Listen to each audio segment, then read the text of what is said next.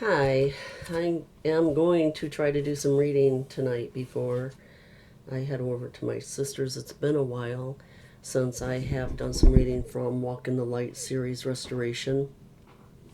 Um, I even got made up for this. People commented on me wearing makeup. Ah, nuts. Bad shot. And I don't know if, some say wear it more, some say don't. It is what it is. I don't know. It is a lot for me to put makeup on. I'm not a foo-foo girl. I'm not one to primp, so I'm pretty much blue jeans, t-shirts, and just run and do what I gotta do. Wear makeup on special occasions. Anyway, so I'm gonna read, and again, as always, I stumble, I stutter, I do not pronounce words correctly, I am slow, and I really appreciate. I know there's a couple that do watch these and they will discuss the subject with me. So I do appreciate the people that do watch this and do discuss it with me because it is interesting. I know there are a couple of people, and one in particular that is so much more educated on this stuff as far as scripture and whatnot and knowing history. And it's very interesting when she gives me her take on stuff that I read. Alrighty then, I was reading chapter 4 on paganism, and I was talking about different gods, phalluses, and it's just amazing to me how the penis became such a huge symbol, I guess, in a lot of different countries. I will try to find some clips that I saw where people actually worship this, and they have statues and all different kinds of stuff. It's just, I don't know. Anyway, so I am going to pick up where I left off.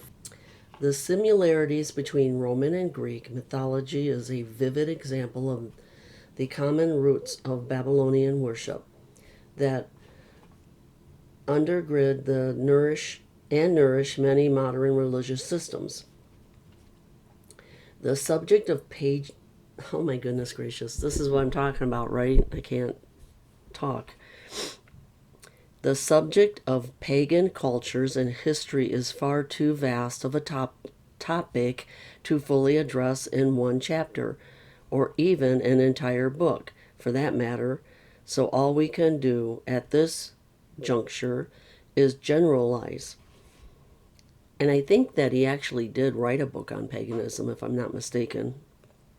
As you begin to examine history with this understanding, you will begin to connect the dots and see the common thread which traces back to Babylon.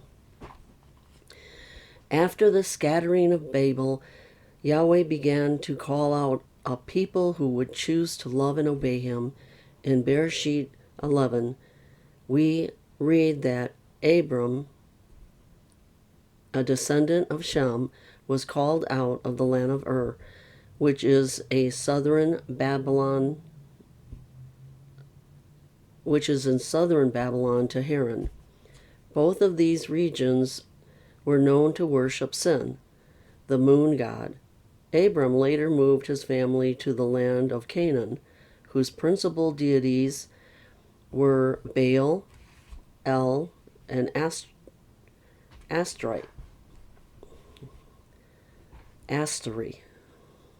Okay, I'm not pronouncing that right. I will put it up here. He lived his life surrounded by pagans and was the first person who was called a Hebrew. The word Hebrew is, and I'm going to put up there because it's IVRI, and then they also have it in the Hebrew letters, and literally means crossover. And I have been told that. That is why when people ask, I don't say I'm a Christian. I do say that I'm Hebrew because of the fact that it's crossing over to believing the scriptures as they're read and not what man has interpreted and added and twisted. And like, I know a lot of people get upset, but Christmas is a big one. It is not in scriptures to celebrate the birth of the Son. Nowhere is that in there. And his birthday was not in December anyway. And the Christmas tree is also mentioned, I think it's Deuteronomy, which is mentioned as a pagan symbol and not to be worshipped.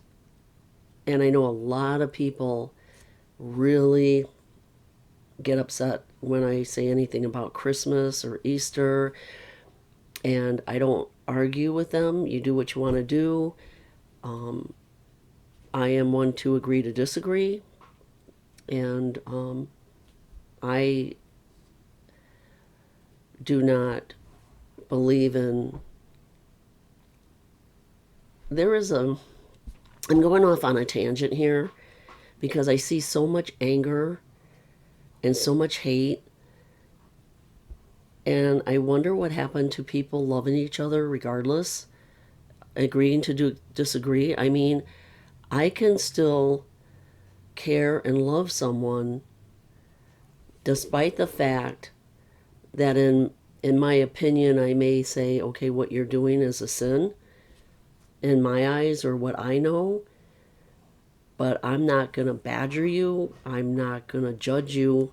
I guess some people will say that's judging, but I don't. It's just that according to the scriptures, it says this, and you're doing this. But that doesn't mean that I'm going to hate you. It doesn't mean that I'm going to,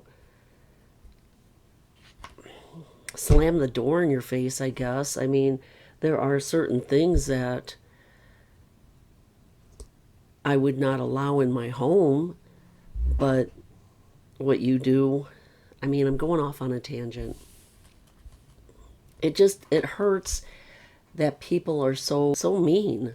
I mean, even like this whole political thing with the Trump supporters and the Antifa and somebody walking down with a red hat get attacked. And people throwing eggs and throwing water in your face just because of, your political belief. It's crazy. I mean, why? I mean, you live your life, you do the best you can. It just hurts. I mean, it's very, very hurtful. And it makes me there's times when I just hate humanity.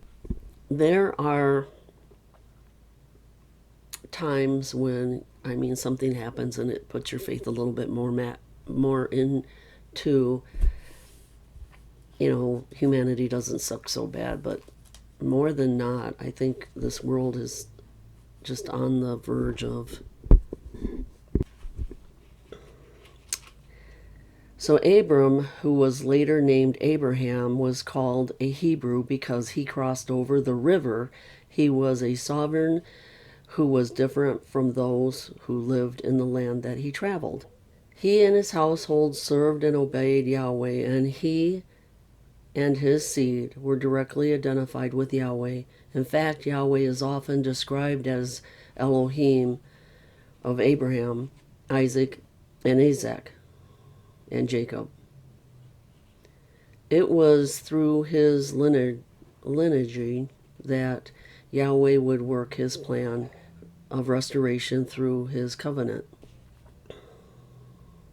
The seed of Abraham would become a set-apart people who were to be a kingdom of priests that would shine as a light to all other nations which were not serving Yahweh. Thus, the distinction between Israel, the seed of Abraham, the Hebrew, and the Gentiles. Israel represented the set-apart assembly that served Yahweh, and the Gentiles referred to all of the other nations of the world that did not serve Yahweh. So, according to the scriptures, Israel conquered the land of the Canaanites, which was not only filled with giants, but also those who worship pagan deities. Israel was instructed not to worship the gods of the people they conquered. They were also commanded not to worship Yahweh in the manner that their pagan neighbors worshiped their gods. When Yahweh, your Elohim, cuts off from before you the nations which you go to dispose, and you displace them and dwell in their land, take heed to yourself that you are not ensnared to follow them after they are destroyed from before you, and that you do not inquire after their gods, saying, how did these nations serve their gods? I also will do likewise. You shall not worship Yahweh your Elohim in that way. For every abomination to Yahweh which he hates, they have done to their gods, for they burn even... Oh, here's my baby. She's going to get a new home very soon. She's so sweet. Yes, you are. I know you don't like being held too much. She's getting better, though. I mean, it depends on how you hold her, I guess. She actually, like, when I lay on my back, when I go to bed at night, no, I don't want you on my... Okay, when I sleep on my back, she lays on my stomach, my chest area. And this is going to be way longer than I thought, but we know that Israel continually strayed away from Yahweh and worshiped these pagan gods. As a result, the kingdom was divided after the death of Solomon. The 10 northern tribes, known as the House of Israel, split from the kingdom and developed their own polluted form of worship. They established 2 cities of worship and set up golden calves to be worshipped, one at Bethel and one at Dan. They established feast days which were different than those prescribed by Yahweh. They did this because Jerusalem was located geographically within the territories of Judah and Benjamin, which were known collectively as the Southern Kingdom or the House of Judea. I'm going to quit there. Again, and I'm just going to say this one more time. I mean, chapter 4 is a little on the longer side. Yeah, it is pretty long. And I'll try to read more often.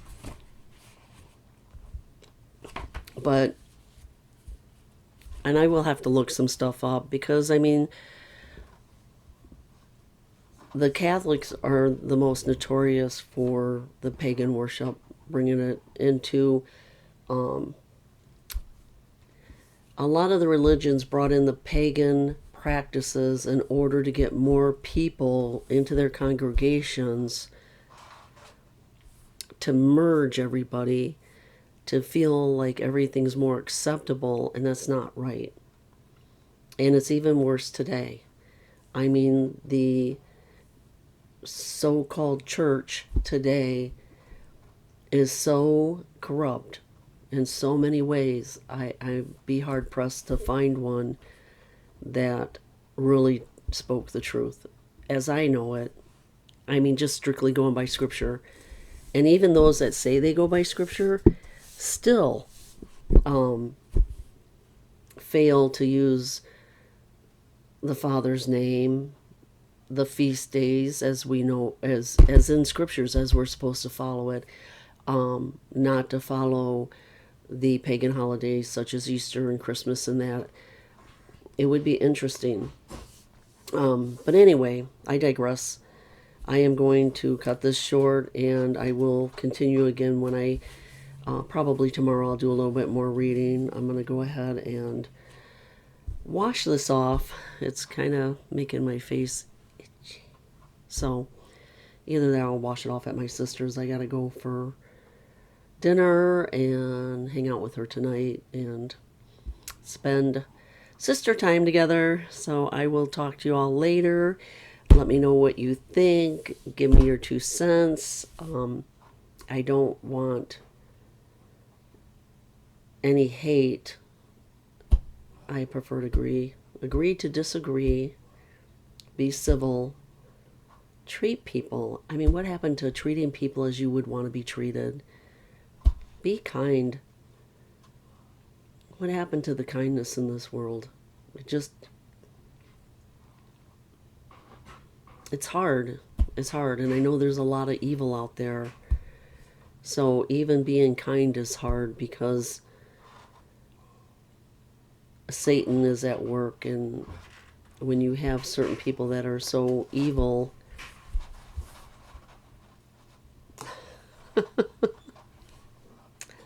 I'm out of here. She's tearing up some paper on my bed. That's okay. I will talk to you all later. You have a good night. Bye.